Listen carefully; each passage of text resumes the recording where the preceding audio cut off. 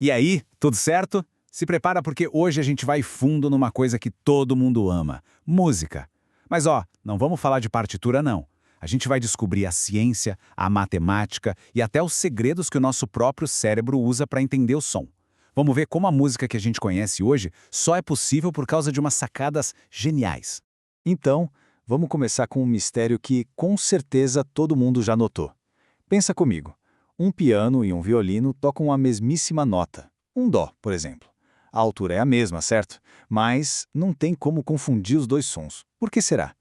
A resposta para isso não está na nota, mas numa espécie de identidade secreta que cada som carrega. E a chave para desvendar esse mistério tem nome: timbre. É isso aí. Pode pensar no timbre como se fosse a impressão digital de um som.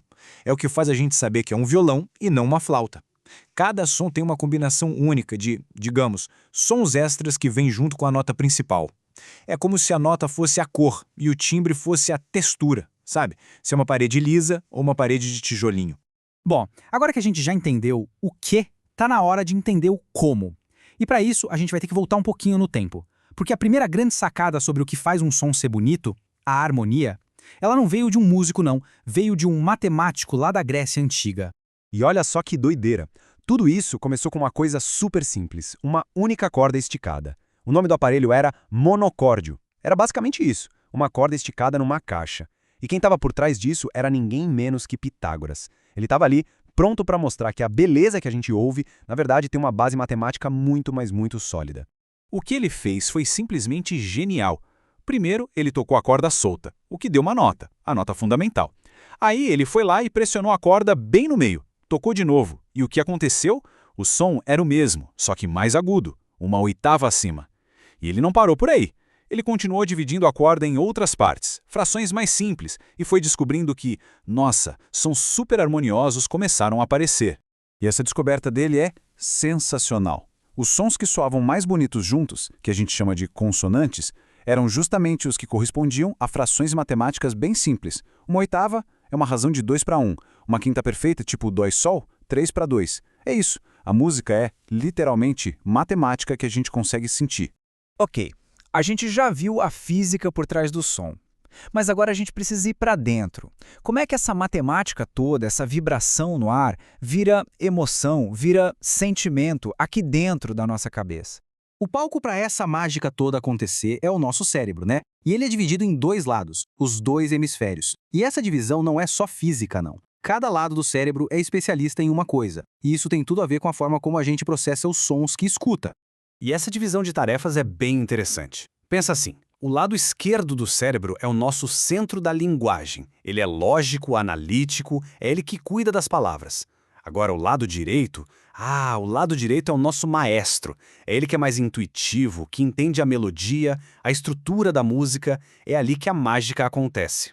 Você quer uma prova maluca de que isso é verdade? Existe uma condição chamada alexia musical. Uma pessoa que sofre uma lesão específica no cérebro pode simplesmente perder a capacidade de ler uma partitura. Ela olha para a partitura e vê um monte de rabisco sem sentido, mas, ao mesmo tempo, ela consegue ler um livro normalmente. É como se o programa de ler música e o de ler palavras estivessem salvos em pastas completamente diferentes no nosso cérebro. Então, beleza. Se a música é uma linguagem que o nosso cérebro já entende, como foi que a gente criou um jeito de escrever essa linguagem? Agora a gente entra na parte histórica, para entender como essa linguagem ganhou seu próprio alfabeto. E os nomes das notas que a gente conhece, dó, ré, mi, eles não surgiram do nada, não. Foi uma invenção de um monge italiano lá do século XI, chamado Guido d'Arezzo. Ele tinha um problema. Precisava de um jeito fácil e rápido de ensinar os cantores do coral a acertar as melodias. E a solução que ele encontrou foi simplesmente genial. Ele pegou um hino em latim dedicado a São João Batista. E qual era a grande sacada? A primeira sílaba de cada verso do hino era cantada exatamente um tom acima da anterior. Ele pegou essas sílabas ut, ré, mi, fá, sol, lá e pronto, estava criado o sistema que a gente usa até hoje. Ah, e tem uma curiosidade bem legal nisso tudo.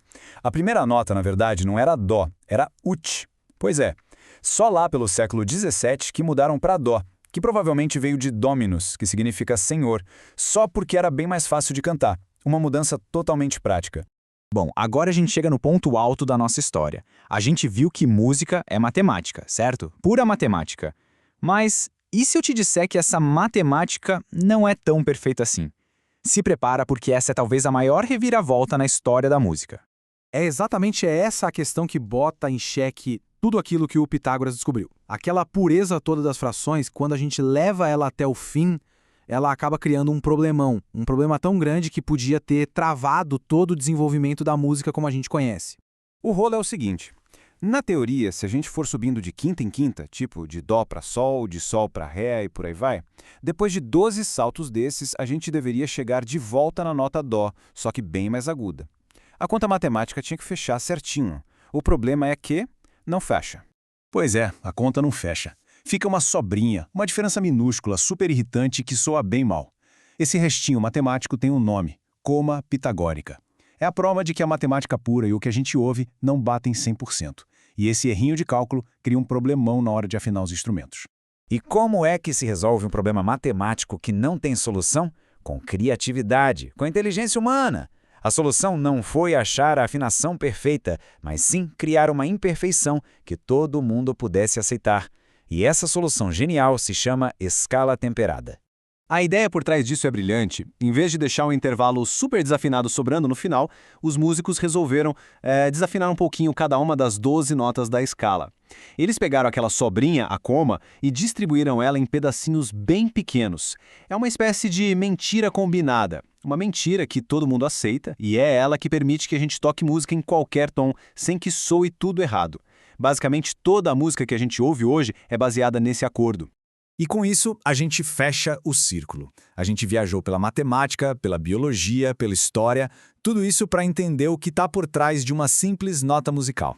Fica claro que a música é essa mistura incrível, né? Ela nasce das leis da física, lá com os gregos, passa pela fiação super especializada do nosso cérebro e é aperfeiçoada pela criatividade humana, que teve que dar um jeitinho até nas imperfeições da própria matemática. Então fica aqui um convite. Da próxima vez que aquela sua música preferida tocar, tenta ouvir diferente. Tenta perceber a textura do som, o timbre. Tenta sentir a matemática por trás da harmonia. E tenta lembrar que por trás de tudo isso existe uma história incrível, de um erro matemático que a gente transformou em arte. A música fala com a nossa alma sim, mas ela foi escrita com as regras do universo. Valeu por acompanhar a gente nessa.